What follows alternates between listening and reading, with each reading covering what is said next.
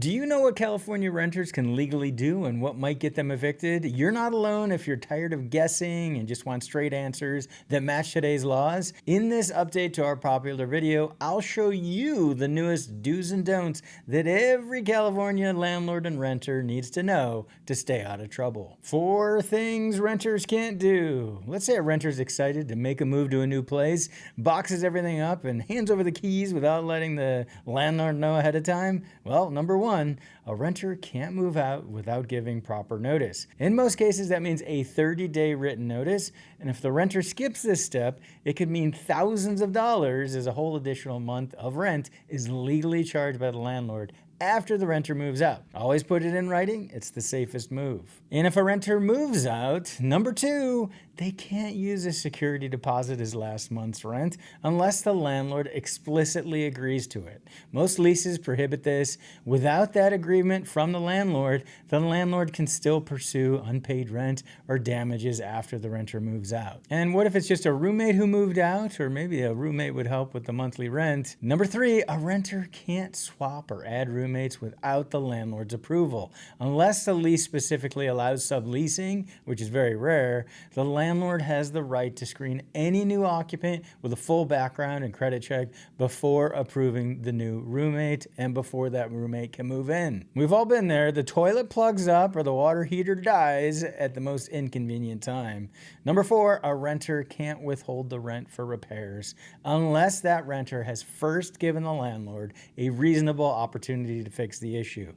Always notify the landlord in writing and allow a response before taking further action, renters. Make sure you give that landlord a chance to make that repair, particularly when it's a health or safety item. Now that we've covered what renters can't do, let's flip it around. Here are 4 things renters can legally do that may surprise you. Going back to repairs, let's say the heater breaks right in the middle of winter and the landlord doesn't answer the renter's calls or texts. The renter doesn't need to freeze after giving the landlord a sufficient chance to fix it. Number 1, the renter can pay for the repair, keep the receipt, and deduct that amount from the next month's rent. The renter needs to be sure to document everything just to be safe. Applying for rentals can get expensive, particularly as most landlords are going to require an application fee. This new law was created because of this. So if a renter meets all of the landlord's published criteria but is still denied, they're not approved for that rental unit. Number 2, they can request a refund of the application fee. This helps reduce the cost for renters who are applying to multiple properties. What if you're a renter and you hear a knock at your door and your landlord has just shown up and they want to come in for an inspection or just to check on things? Number 3, a renter can refuse entry if the landlord shows up without proper written notice.